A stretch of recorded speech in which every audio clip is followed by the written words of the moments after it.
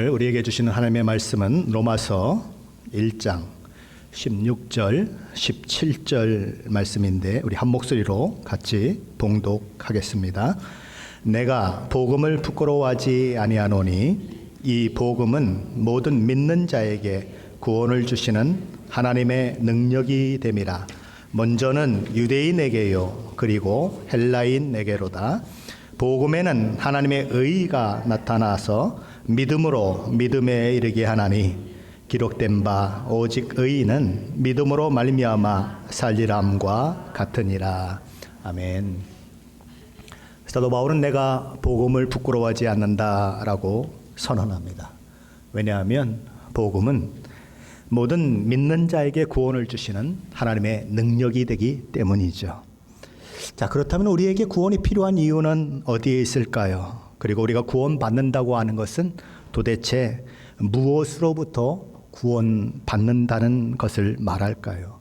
인생이 가지고 있는 문제는, 근본적인 문제는 무엇일까요? 우리가 구원받아야만 하는 이유는 우리 모두가 무한하시고 전능하시고 진노로 가득 찬 하나님의 손 안에 놓인 죄인이기 때문입니다. 무한하시고 전능하시고까지는 여러분들이 참 기분이 좋지만 진노하시는 하나님의 손 아래 있다고 하는 이 말을 들을 때에 조금 거북할 수도 있습니다. 그런데 성경은 그것이 인간이 당한 현실이다라고 이야기하는 것입니다. 왜냐하면 하나님은 공의로우신 하나님이시기 때문에 그렇습니다. 결코 죄를 용납하실 수 없는 분이며 또한 죄인에 대해 공의로운 심판을 행하시는 분이시라는 거죠. 그 하나님의 공의로운 심판은 오래 기다리셨다가 모든 영혼들이 예수 그리스도를 믿고 하나님 앞에 돌아오기를 기다리고 또 기다리다가 마지막에 진노의 하나님의 모습으로 드러나게 될 것입니다. 그날 그렇게 오래 기다려 주셨음에도 불구하고 여전히 회개하기를 원하지 아니하고 하나님을 모르는 그런 모습으로 살아가며 하나님 앞에 설 수 없는 모습을 가졌던 수많은 영혼들은 하나님의 심판을 받아 지옥불에 떨어질 것입니다. 하나님의 의의 기준에 합당하지 못한 자들은 다 지옥에 떨어질 것입니다. 요즘 사람들은 하나님이 진노하시는 하나님이란 사실을 믿으려고 하지도 않고 인정하지도 않습니다. 그들은 사랑이신 하나님께서 어떻게 인간에게 진노를 퍼부을 수 있느냐라고 주장합니다. 그래서 그 주장은 어디까지 나아갑니까? 지옥은 없다라는 주장까지 나아갑니다. 왜요? 하나님은 사랑의 하나님이시고 모든 사람을 사랑하시고 지옥에 보내기를 원하시지 않는 하나님이라면 지옥은 있으나 마나니까 지옥은 없다라고 이야기하는 것입니다. 그들에게 있어서 진노하신 하나님은 그들이 믿는 하나님이 아니에요. 하나님은 오직 사랑의 하나님일 뿐일 것입니다. 그러나 법원의 재판관이 범죄한 자에게 때로는 감옥행을 너는 징역 몇 년 이러고 선고하는 것처럼 너는 사형 이러고 선언하는 것처럼 그런 선언이 있다고 해서 그 재판관을 불의하다고 얘기할 수 없지 않습니까? 그것처럼 하나님이 마지막 때에 하나님의 진노를 나타내시며 심판하시는 것은 결코 하나님의 불의하다라고 이야기할 수 없는 하나님의 공의의 심판이라는 것입니다. 그러면 문제는 무엇입니까? 그러면 우리는 하나님의 그 진노에서 벗어날 수 있느냐는 것입니다. 인간이 하나님의 진노에서 피할 수 있는 방법을 한번 생각을 봤어요. 딱 두 가지밖에 없더라고요. 첫째는 하나님의 진노를 피해서 멀리 도망치는 거예요. 자, 그런데 온 우주 만물을 창조하시고 다스리시고 통치하시는 전능하신 하나님의 손을 피해서 도망칠 수 있는 인간이 있을까요? 온 우주를 은하계를 무한대로 만들어 놓으신 하나님, 우리가 뭘 타고 도망가면 어디까지 도망가면 하나님을 피할 수 있을까요? 천왕성까지? 명왕성까지? 은하계를 넘어서 다른 은하계까지 도망가면 하나님을 피할 수 있을까요? 하나님은 못 피하는 거죠. 첫째 방법은 불가능한 것입니다. 하나님의 진노를 피하는 둘째 방법은 이런 방법이 있겠죠. 저와 여러분을 향해 하나님께서 진노하시는 이유가 무엇인가? 그 원인이 뭐냐는 거예요. 그 근본 원인을 제거하게 되면 하나님이 저와 여러분을 향해서 진노할 이유가 없는 거죠. 결국 그 한 방법밖에 없다는 것입니다. 그렇다면 하나님이 진노하시는 이유 원인이 제거될 수 있느냐 하는 거예요. 그것이 가능하느냐.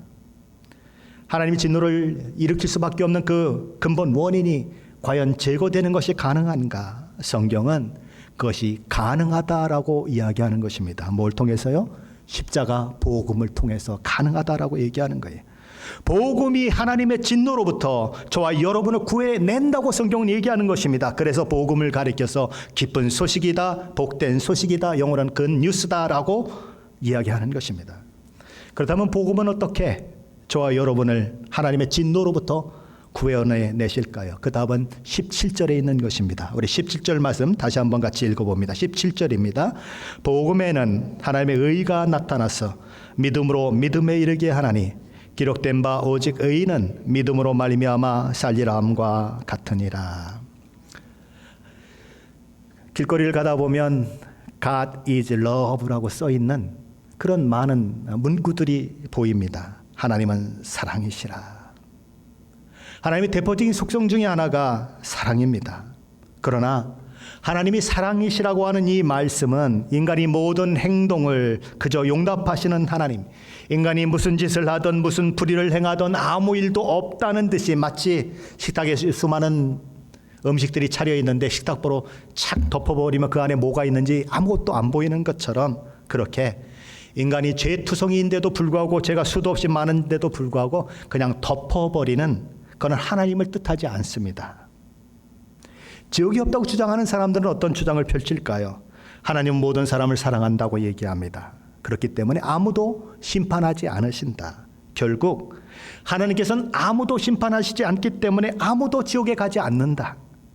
자, 그렇다면 아무도 지옥에 가지 않는데 왜 하나님은 지옥에 대한 이야기를 성경에서 하고 있느냐? 단지 저와 여러분에게 경각심을 주기 위해서 그런 것이다. 그러니 실제로 지옥이라고 하는 것은 없다. 사랑의 하나님이 어떻게 사랑하는 사람들을 지옥에 보낼 수 있겠느냐. 이것이 지옥이 없다고 주장하는 사람들의 주장인 거예요. 하지만 성경은 그렇게 얘기하지 않아요. 성경은 하나님은 진노하시는 하나님이시고 마지막 때에 끝까지 믿기를 거부하고 하나님 앞에 불의를 행한 자를 지옥에 던져 넣겠다라고 분명히 선언하고 있어요. 그거는 구약 성경, 신약 성경 할 것 없이 수도 없이 널려 있어요. 그런 내용들은. 오늘날 많은 그리스도인들이 있습니다. 그런데 그리스도인들 중에도 성경이 이야기하는 내용과 다른 마음을 가지고 있는 분들이 있어요. 하나님의 은혜가 없을 때 인간이 얼마나 처참한 상태에 있는지를 정확히 알지 못하는 그리스도인들이 너무 많은 것입니다. 죄의 본질이 무엇인지, 그리고 하나님께서 인간을 구원하시기 위해서 어떤 계획을 세우셨고 어떤 일을 하셨는지 제대로 알지 못한 그리스도인들이 너무 많은 것입니다. 하나님께서 우리 주 예수 그리스도 안에서 우리를 어떻게 구원하셨는지, 성령 하나님께서 우리 안에서 어떻게 역사하시면서 우리를 회심케 하시고 오늘 이 시간에도 우리 속에서 역사하심으로 매일매일 성화의 삶을 살아가도록 하시는지에 대해서 알지 못하는 성도들이 너무 많은 것입니다. 성경은 그것을 끊임없이 얘기하고 있는데, 특별히 로마서는 이 모든 것들을 강조하고 또 강조하고 있음에도 불구하고 그러한 사실에 대해서 관심을 가지지 않아요. 내 생각과 내 추론과 그리고 내가 하고 싶은 생각대로 그렇게 생각하며 성경을 애써 부정하고 성경을 애써 내 편한 대로 풀어버리는 그런 일들이 있는 것입니다. 하지만 성경은 말하는 것입니다. 모든 인간은 지금 진노하시는 하나님의 손 아래에 있다라고 얘기하는 것입니다. 누구도 피할 수 없고 누구도 예외 없이 그 상황 가운데 처해 있다는 것입니다. 왜냐하면 모든 사람이 하나님을 알지 못하고 하나님을 섬기거나 따르지도 아니하고 하나님의 말씀에 순종하지 않는, 하나님을 반역하고 있고 하나님을 그 마음에 두기를 거절하고 있는 죄인들이기 때문이다라는 것입니다. 그래서 이 이후에 보면 하나님의 진노가 누구누구에게 임하고 그러면서 수많은 죄들이 지적되고 있는 것입니다. 우리 이제 다음 시간에 살펴보게 되겠죠. 그렇다면 이런 죄인들이 하나님의 진노의 손에서 벗어나려면 어떻게 해야 합니까? 하나님 앞에서 진노를 피해 도망가는 것은 불가능하다고 이미 말씀드렸습니다. 그러면 결국 마지막 하나 남은 방법, 하나님의 진노의 원인, 그것이 제거되어야 하는데 그것이 어떻게 제거될 수 있느냐는 것입니다. 오늘 저희가 읽었던 본문 17절은 바로 그 방법을 우리에게 얘기하고 있어요. 우리 다시 한번 또 읽어봅니다. 복음에는 하나님의 의가 나타나서 믿음으로 믿음에 이르게 하나니 기록된 바 오직 의인은 믿음으로 말미암아 살리라 함과 같으니라. 오늘 성경은 복음에는 하나님의 의가 나타났다라고 얘기합니다. 그 하나님의 의가 나타나서 믿음으로 믿음에 이르게 한다. 구약 성경에 예언됐듯이 오직 의인은 그러므로 믿음으로 말미암아 살리라 함과 같은 일들이 일어난다라고 얘기하는 것입니다. 그렇다면 하나님의 의라고 하는 것은 무엇일까요? 여기서 말하는 하나님의 의는 무엇을 말할까요? 종교개혁자 마틴 루터는 여기 로마서 1장 17절에서 말씀하고 있는 하나님의 의에 대해서 오해함으로써 두려움과 근심, 불안에 처해지곤 했습니다. 그는 그래서 로마서 1장 17절 말씀을 엄청나게 싫어했어요. 그는 여기서 말씀하고 있는 하나님의 의를 어떻게 이해했기에 이 하나님의 의라고 하는 말을 그토록 싫어했을까요? 마틴 루터의 이야기를 한번 들어보겠습니다. 그는 이렇게 얘기합니다. 나는 로마 교회에 보내는 바울 서신을 읽으면서 바울을 이해하고 싶은 특별한 열정에 사로잡혔다. 하지만 로마서 1장 17절에 나오는 한 문구, 하나님의 의가 나타나서라고 하는 문구가 그런 나를 가로막았다. 나는 하나님의 의라고 하는 말이 너무너무 싫었다. 하나님의 의가 불의한 죄인을 벌하신다고 배워왔기 때문이다. 마틴 루터는 로마서 1장 17절에 나오는 하나님의 의를 하나님이 가지고 계신 성품인 하나님의 공의로 이해했어요. 공의로우신 하나님으로 이해했어요. 빛이신 하나님, 어둠의 그림자조차 없으신 하나님, 절대적인 선과 절대적인 거룩함을 가지고 계신 하나님, 너무나 깨끗하시고 너무나 의로우셔서 인간이 그 작고 작은 티끌 같은 죄도 차마 용납하실 수 없는 하나님, 그 앞에 자신이 서 있다고 생각하니까 마틴 루터는 숨이 막히는 거예요. 자신이 수도사가 되어서 그토록 노력해왔던 모든 것들, 공든탑이 와르르 무너져 내리고 하나님 앞에 설 수 없는 자신을 발견하는 거예요. 내가 아무리 고행을 한들, 내가 아무리 의롭게 살려고 한들 무슨 소용이 있는가? 그 거룩하시고 의로우신 하나님, 인간처럼 에휴 그래 나도 부족한데 뭐 하고 봐줄 수 없는 하나님, 절대적으로 선하시고 절대적으로 의로우신 하나님 앞에 설 수 없는 자신을 바라보며 구원을 소망했던 자신의 모든 소망이 완전히 무너져 내리는 것을 경험하며 그는 고통을 겪는 거예요. 잠을 못 자요. 병에 걸려요. 그런데 그러던 그가 이 말씀을 깨닫고 이 말씀이 그것이 아니구나라고 하는 것을 깨닫고 그는 종교개혁에 깃발을 올리게 되는 거죠. 만일 마틴 루터가 하나님의 의라고 하는 것을 하나님의 공의로 오해했듯이 저와 여러분도 그것을 그렇게 오해한다면 루터가 절망했듯이 저와 여러분도 절망할 수밖에 없습니다. 복음에 하나님의 의가 나타났는데 하나님께서 의가 나타났는데 루터가 생각한 것 같은 그런 하나님의 의라면 복음은 더 이상 기쁜 소식이 아니에요. 왜요? 하나님의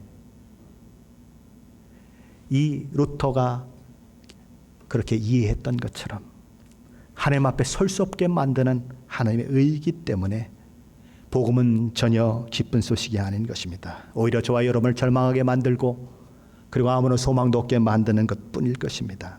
그러나 감사한 것은 여기서 말씀하고 있는 하나님의 의는 하나님의 성품 중에 하나인 하나님의 공의를 가리키는 표현이 아니고 여기서 말씀한 하나님의 의는 하나님께로부터 나온 의, 하나님을 만족시키는 의를 가리키는 것입니다. 더 쉽게 말하면 하나님께서 만드신 의, 그 의는 공의로운 하나님 의의 기준을 완전히 충족시킬 수 있고 하나님이 보셔도 아무런 흠도 허물도 찾을 수 없는 완벽한 의, 그것을 말하는 것입니다. 그것이 어디에 나타났다고요? 복음에 나타났다. 바울은 복음 안에 하나님의 진노의 손아래 놓여있는 인간의 근본적인 문제를 푸는 하나님의 방식이 나타났다고 얘기하는 것입니다. 그 문제를 푸는 하나님의 방식은 하나님께서 친히 우리에게 하나님께서 요구하시는 그 수준에 합당한 의를 주셨다는 거예요. 그러므로 하나님이 보셔도, 하나님이 아무리 꼼꼼히 살펴보셔도 저와 여러분이 의롭다고 인정될 수밖에 없는 그 하나님의 의가 우리 것이 되었다는 거예요. 하나님의 진노 가운데 영원한 멸망당해야 할 운명 가운데 있는 저와 여러분에게 하나님의 의가 주어졌다. 그래서 복음은 엄청난 기쁨의 소식인 것입니다. 왜냐하면 그 하나님의 의가 저와 여러분에게 있기 때문에 저와 여러분을 하나님께서 받아주시고 저와 여러분을 의롭게 볼 수밖에 없는 거예요. 우리가 가진 그 의로는 하나님의 진노를 피할 수 없는데, 하나님의 의가 우리에게 주어짐으로 저와 여러분 하나님의 진노의 대상이 아니고 하나님의 사랑받는, 하나님께서 기뻐하기에 여기시는 그런 대상이 될 수 있는 거죠. 복음은 하나님께로부터 온 그 의를 말하는 것입니다. 하나님의 의에서 마련되었고 주 예수 그리스도 우리 주로 말미암아 그 안에서 제공된 의를 가리켜서 하나님의 의라고 하는 것입니다. 그렇다면 하나님께서 하나님의 의를 우리에게 주시기 위해서 하신 일은 무엇일까요? 그것은 성자 하나님께서 인간과 동일한 육체를 입고 성육신하신 일에서 시작됩니다. 우리 주님은 여인의 몸에서 태어났어요. 여인의 몸에서 태어났다고 하는 것은 율법의 요구를 지켜야 할 사람으로 율법 아래 태어난 것을 말합니다. 모든 사람은 하나님이 주신 율법을 순종해야 할 의무가 있습니다. 그런데 우리 주님은 율법의 요구를 완전하게 순종했어요. 심지어는 죽기까지 순종하셨습니다. 율법이 요구하는 모든 것을 1.1획도 버리지 아니하시고 다 지켜 행하셨습니다. 로마서 10장 4절은 그 사실을 이렇게 얘기하는 것입니다. 그리스도는 모든 믿는 자에게 의를 이루기 위하여 율법의 마침이 되시니라. 우리 주님은 완전하고 철저하게 절대적으로 하나님이 주신 율법을 지켜 행하셨습니다. 율법의 요구를 다 만족시키셨어요. 무슨 말이에요? 법을 어기면 죄인이 되지만 예수님은 율법을 다 지키셨기 때문에 죄인일 수 없다는 것입니다. 흠없고 첨없는 의인 예수 그리스도라는 거죠. 그래서 히브리서 저자는 이렇게 얘기합니다. 모든 일에 우리와 똑같이 시험을 받으신 이로되 죄는 없으시니라.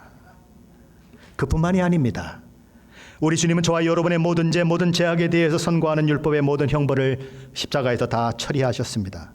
저와 여러분의 모든 죄와 허물을 지시고 십자가에 대신 죽어주심으로 저와 여러분이 당해야 할 율법의 저주로부터 저와 여러분을 해방하셨습니다. 속죄 제물을 기억하십니까? 어린 양은 어떤 어린 양이 선택되어야 하죠?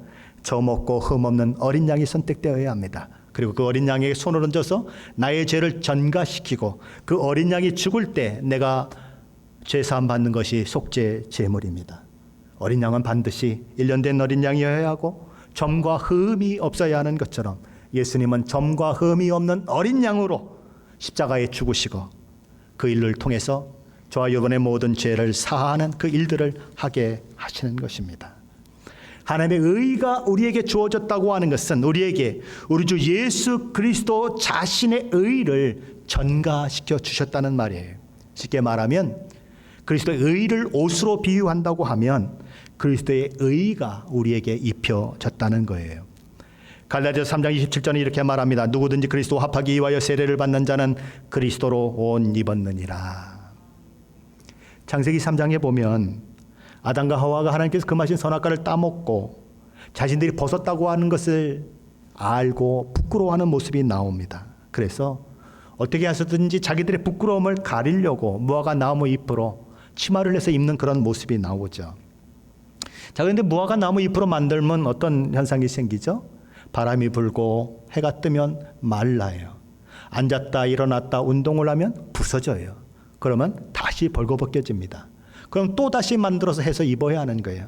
그런 일들이 계속 반복되지만 영원히 가릴 수가 없는 것입니다. 그래서 하나님께서는 한 짐승을 잡죠. 그래서 그 가죽으로 옷을 만들어서 누구에게 입히니까 벗은 것을 부끄러워하는 아담과 하와에게 입히시는 것입니다. 아담과 하와에게 옷을 주기 위해서 짐승이 죽은 것처럼 우리에게 의의 옷을 입히시기 위해서, 하나님의 의의 옷을 입히시기 위해서 예수 그리스도가 십자가에서 죽으시는 거예요.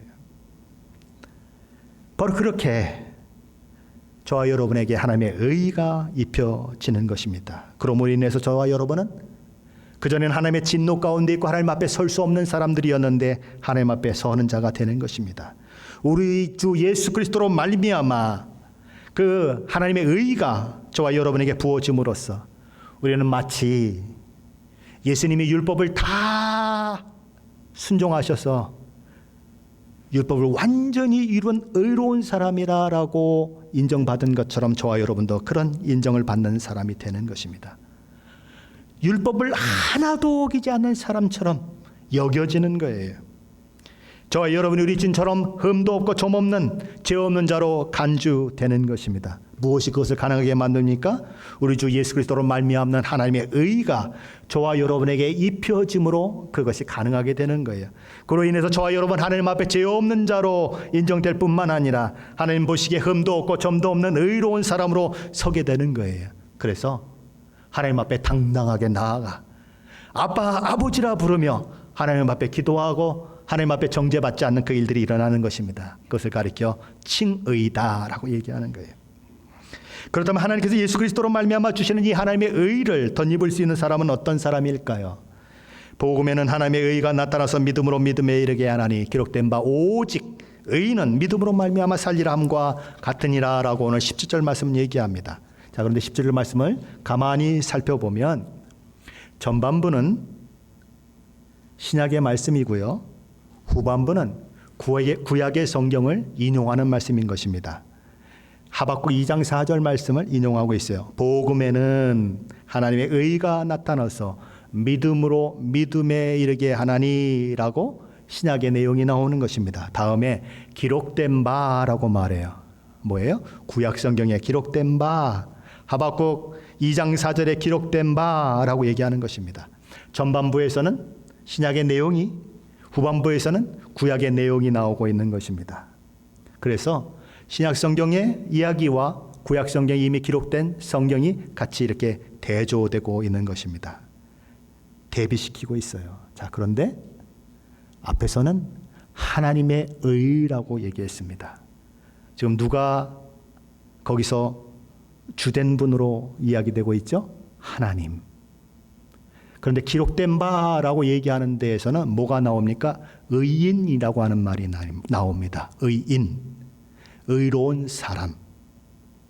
누가 주어입니까? 사람이 주어입니다. 앞에서는 하나님이 주어고 뒤에서는 사람이 주어입니다. 그러면 왜 사도 바울은 하나님의 의를 이야기하면서 구약 성경 하박국 2장 4절 말씀 후반절인 오직 의인은 믿음으로 말미암아 살리라는 말씀을 인용하고 있을까요? 죄와 허물로 죽은 인간이 어떻게 의인이 될 수 있는가? 하나님의 의가 주어질 때만 가능하다라고 하는 것을 이야기합니다. 예수 그리스도로 말미암아 주어진 하나님의 의가 주어질 때에 의인이 될 수 있다. 그래서 하나님의 의가 복음에 나타났다고 하는 이야기와 의인을 대조시키고 있는 것입니다. 신약과 구약이 어떻게 대조되는 걸 말씀드리는 겁니다. 자, 그 다음에 어떻게 되죠? 하나님의 의가 나타났으니 믿음에서 믿음에 이르게 하나니라고 이야기합니다. 자, 그런데 여기는 어떻게 해요? 오직 의인은 믿음으로 말미암아 살리라라고 하는 이야기를 하는 것입니다. 자, 하나님의 의가 나타나서 믿음으로 믿음에 이르게 한다고 얘기했는데 여기는 의인은 믿음으로 산다라고 얘기하는 것입니다. 그러면 앞에서 믿음으로 믿음에 이르게 한다 했을 때 앞에 믿음으로는 의인과 연결이 되는 것입니다. 그리고 믿음에 이르게 하나니라고 하는 말은 의인은 믿음으로 살리라고 했을 때 믿음으로 살리라고 이렇게 같이 연결이 되는 것입니다. 자, 다시 말하면 하나님의 의가 누구에게 주어지는가? 믿는 자에게 주어진다. 그래서 그는 의인이라고 불려진다. 자, 그러면 그 믿음으로 그렇게 믿음으로 하나님의 의를 받아서 의인이라고 불려진 자는 믿음에 이르게 되는데 그것이 구약 성경은 어떻게 이야기되고 있는가? 의인은 어떤 사람이 의인이에요? 하나님의 의를 힘입은 사람이 의인입니다. 믿음을 가지고 그는 믿음으로 살리라 라고 얘기한 것처럼 앞에 믿음은 하나님의 의에 이루는 믿음이고 뒤에 믿음은 하나님의 의를 경험한 사람이 그 믿음의 삶을 살아가는 그것을 가리키는 것입니다. 바로 그 얘기를 하고 있는 거예요. 우리 스스로 가진 의는 아무것도 없는 것입니다. 우리는 분명 죄인입니다. 그런데 어떻게 법정에서 우리가 죄 없다 인정함을 받을 수 있습니까? 바로 그 하나님의 의, 우리 주 예수 그리스도로 말미암는 하나님의 의가 우리에게 주어졌을 때에 우리는 의롭다 칭함을 받는다는 거예요. 그런데 그것이 무엇으로 가능하다는 것입니까? 믿음으로 가능하다는 거예요. 믿음으로 믿음에 이르게 하나니라고 얘기합니다. 믿음이 뭘까요? 제가 학교 다닐 때 학생들하고 막 이제 대학 입시를 다 끝내놓고 시간이 많으니까 막 토론을 한 적이 있어요. 그래서 믿지 않는 사람, 믿는 사람, 그래서 뭐 복음도 얘기하고 같이 믿음을 얘기했던 적이 있어요. 아주 똑똑한 친구가 하나 있어요. 아주 공부도 잘하고 반장이었던 친구가 있는데 그는 믿음을 이렇게 얘기합니다. 의자에 앉을 때 의자가 나를 받쳐줄 것이라고 믿고 앉는 것, 그게 믿음이다. 그 얘기예요. 내가 다리를 건널 때 다리가 부서지지 않을 것이라고 믿고 다리를 건너가는 것, 그게 믿음이다. 그럼 성경이 말하는 믿음은 뭘까요? 그런 믿음일까요? 사실 그 믿음은 수학 통계적 믿음입니다. 오랜 시간 사람들이 앉았는데 의자가 부서지지 않았고, 오랜 시간 차들이 다리를 건너갔는데 그 차가 이 다리가 부서져서 떨어지지 않았기 때문에 우리는 안전하다고 생각하고 그것을 지나가지만 사실은 영원히 안전한 것은 아닙니다. 통계적으로 안전하다는 거예요. 비행기를 타고 시애틀에서 뉴욕을 가는데 나는 거기 도착할 거를 생각하고 미리 전화를 거죠. 나 몇 시에 도착해 하고 전화를 해요. 그러나 그 전화로 될지 안 될지는 몰라요. 수학적으로, 통계적으로 오랜 동안 사람들이 운영을 했는데 안전하게 거기 도착했다고 하는 그 확률 때문에 내가 거기 도착한다고 생각할 뿐이지 사실은 가다가 어떤 일을 만나는지 모르는 것입니다. 가끔 그런 일들이 일어나서 비행기가 추락하는 일들도 있고 사고가 나서 그곳에 도착하고 싶은데 도착하지 못하는 일들도 일어나는 것처럼 그 믿음, 그런 믿음은 성경이 이야기하는 믿음이 아니라는 것입니다. 성경이 말하는 믿음은 그리스도인 된 사람들만이 가지는 하나님이 주시는 믿음을 말하는 것입니다. 에베소 2장 8절에 이렇게 말씀합니다. 너희는 그 은혜에 의하여 믿음으로 말미암아 구원을 받았으니 이것은 너희에게서 난 것이 아니요 하나님의 선물이라. 성경은 믿음으로 말미암아 구원을 얻는 그 일이 우리를 통해 되어지는 것이 아니라 하나님의 선물이라고 말합니다. 우리가 구원 받으려면 반드시 믿음이 필요한 건 사실이에요. 그런데 우리에게 그런 믿음이 필요한 것은 사실이지만 우리가 믿기 때문에 구원이 이루어지는가? 아니라는 것입니다. 조금 헷갈린가요? 우리의 믿음이 구원을 만들어내지 않는다는 거예요. 믿음은 하나님께서 이미 다 이루어 놓으신 구원을 내가 받아들이느냐 받아들이지 않느냐와만 연관이 될 뿐 내 믿음이 구원 자체를 만들어내는 것은 아니라는 거예요. 쉽게 얘기하면 예를 들면 누가 선물을 사가지고 우리 집에 온다고 생각해 보십시오. 자, 선물을 사가지고 옵니다. 그러면 나에게 무슨 권리가 있죠? 그 선물을 받을 권리도 있고 선물을 싫다고 돌려보낼 권리도 있습니다. 자, 그러면 내가 선물을 받겠다고 결정을 했어요. 아유, 고맙습니다 하고 받았어요. 그러면 내가 받았기 때문에 선물이 준비된 겁니까? 아니면 어떻게 된 겁니까? 내가 받든 받지 않든 선물은 이미 다른 사람에 의해서 준비된 거예요. 자, 그러면 어떤 엄마 아빠가 크리스마스 선물을 자녀에게 아주 줬어요. 그래서 자녀가 그걸 잘 받았습니다. 근데 자녀가 엄마 아빠한테 아이고 엄마 아빠는 나한테 고맙다고나 생각해. 내가 받아줬잖아. 내가 안 받아줬으면은 어떻게 선물이 나한테 올 수가 있겠어 하고 이렇게 얘기하는 아들이 있으면 어떻게 하시겠습니까? 꼼밤한테 줘야죠. 그렇죠? 무슨 얘기예요? 믿음은 하나님이 다 준비해서 주신 거라는 거예요. 그럼 믿음이 자랑이 될 수가 있습니까? 하나님 내가 믿었잖아요 하고 할 수 있어요? 없어요. 나는 믿었고 너는 안 믿었다 그래가지고 마치 안 믿은 사람을 똥개 취급하듯이 할 수 없어요. 왜요? 믿음은 내가 뭐 잘난 것이 아니에요. 그냥 받아들인 것 뿐이에요, 나는. 하나님이 만들어 놓은 모든 것들을 그냥 예스, 아멘 하고 받았을 뿐이에요. 자랑할 것이 아무것도 없어요. 그러니까 믿음도 내 공로가 될 수 없다는 거예요. 이해되시죠? 예. 그 사도 바울은 그 이야기를 하고 있는 것입니다. 우리의 구원에 관한 모든 것은 하나님이 이미 미리 준비해 놓으셨어요. 우리가 아직 죄인 되었을 때에 그리스도께서 우리를 위하여 죽으심으로 하나님께서 우리를 향한 자기의 사랑을 확증하셨느니라. 언제요? 우리가 아직 죄인 되었을 때에. 이미 다 준비해 놓으셨다고요. 오래전에 다 준비해 놓으시고 예수님 벌써 이미 십자가에 돌아가신 지 2000년도 더 지났다고요. 부활하신 지 2000년도 더 지났어요. 이미 다 만들어 놓으신 것을 우리가 믿음으로 받아들이면 우리는 구원 얻는 자가 되고 하나님의 의를 힘있는 자가 된다는 거예요. 그럼 믿음으로 믿음에 이르게 한다고 하는 말이 뭘까요? 믿음으로 믿음에 이르게 한다고 하는 말과 오직 의인은 믿음으로 말미암아 살리라는 말이 같이 연결이 되고 있는데, 앞에 믿음은 의인 되게 하는 믿음이고 뒤에 믿음은 믿음에 이르게 한다고 하는 말은 우리가 그 믿음에 걸맞는, 의인에 걸맞는 삶을 살아가는 것을 말하는 것입니다. 믿음으로 믿음에 이르게 한다 라는 말은 믿음을 가진 자가 믿음으로 산다는 말이에요. 마틴 루터는 이 부분을 이렇게 해석했습니다. 따라서 믿음에서 믿음으로 라고 하는 말은 신자의 믿음이 점점 더 자라서 의롭다 여기심을 받는 것에 머물러 있는 것이 아니라 그 자신의 삶 속에서 점점 더 의로워지는 것을 의미합니다. 이미 다 이루었기 때문에 계속해서 성화를 이루어가지 않아도 된다고 아무도 생각하지 못하도록 이 말을 사도는 덧붙이고 있는 것입니다. 성화를 멈추는 것은 곧 후퇴하기 시작하는 것을 의미하기 때문입니다. 성 어거스틴은 자신의 저서인 영과 문자에 대하여라고 하는 책 제11장에서 믿음에 이르게 하나니라고 하는 이 구절을 이렇게 설명했습니다.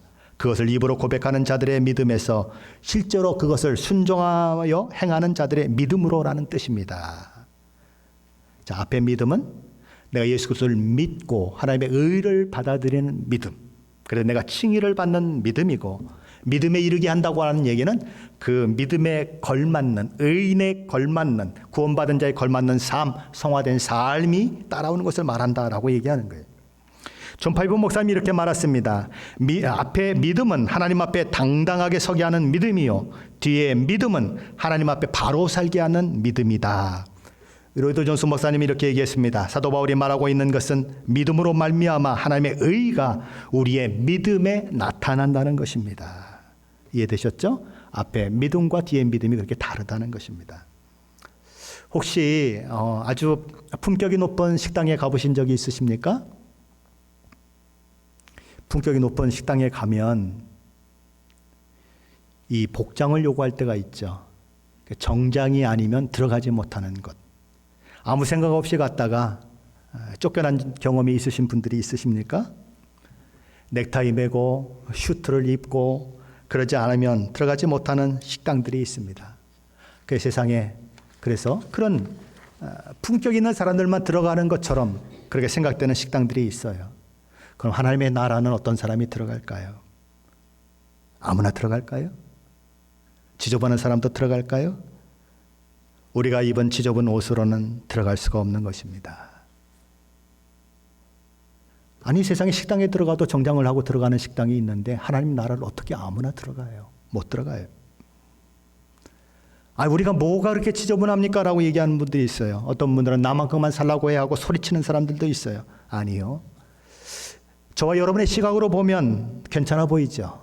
때로는 저와 여러분의 시각으로 보면 훌륭해 보여요. 그러나 하나님의 눈으로 보면, 죄가 눈곱만큼도 없으신 하나님의 눈으로 보면 제 아무리 훌륭해 보이는 사람도, 제 아무리 괜찮아 보이는 사람도 죄인이요, 얼룩진 사람이요, 더러운 옷을 입은 사람에게 불과한 거예요. 이사야 64장에서 이사야 선지자는 이렇게 얘기합니다. 무릇 우리는 다 부정한 자 같아서 우리의 의는 다 더러운 옷 같으며 우리는 다 잎사귀같이 시들므로 우리의 죄악이 바람같이 우리를 몰아가나이다. 이사야 선지자는 우리의 의는 더러운 옷 같다라고 얘기합니다. 이 더러운 옷이라고 하는 표현은 넝마 조각 같다는 것입니다. 걸레 조각 같았다는 거예요. 그냥 마루를 그냥 지저분한 걸 다 닦아가지고 떼꾸정물이 자르르 흔들어서 아무리 표백제를 넣고 삶아도 깨끗해지지 않는 걸레 같은 의다. 누가요? 저와 여러분이 가지고 있는 의. 그래도 남들보다 낫지. 내가 그래도 정직하게 살았지. 아유, 그래도 내가 도덕적으로 살았지. 라고 주장하지만 하나님 앞에 서면 그것밖에 안 된다는 거예요. 그 인간의 현주소라는 거예요. 그런데 인간들은 어떻게 합니까? 그 의를 가지고, 자기 의를 가지고 나는 하나님 앞에 설 수 있다고, 나는 하나님 나라에 들어갈 수 있다고 주장하는 거예요. 그러나 그것을 잊고는 결코 하나님 앞에 설 수 없어요. 그것을 잊고는 결코 하나님 나라에 들어갈 수 없어요. 그것을 우리 주님은 십자가에서 보여주셨어요. 십자가에 달리실 때 예수님은 겉옷이 벗겨지고 통으로 짠 속옷까지 다 벗겨지셨어요. 완전히 벌거벗겨져서 잔인하게 십자가에 못 박혀 죽으셨어요. 그분은 완전한 의를 가지고 계신 분이에요. 완전한 의의 옷을 입고 계신 분이에요. 그러나 주님은 벌거벗겨졌습니다. 대신에 저와 여러분의 수치의 옷을 입으셨어요. 저와 여러분의 죄의 옷, 인류의 죄의 옷을 입으셨어요. 그리고 그 대신에 우리 주님이 입고 계셨던 그 의의 옷을, 빛나는 그 의의 옷을 저와 여러분에게 입혀주셨어요.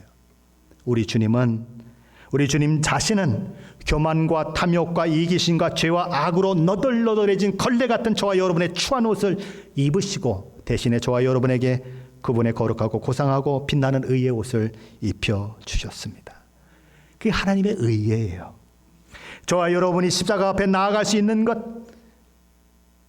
바로 그런 하나님의 의를 힘입기 위해서 나아가는 것이지요. 죄의 그 옷을 입고 걸레 같은 옷을 입고 십자가 앞에 나왔지만 예수 그리스도의 그 의를 힘입게 됨으로 십자가를 통과하여 나올 때에는 하나님 앞에 당당한 사람으로 나오는 거예요. 하나님 보세요. 보세요.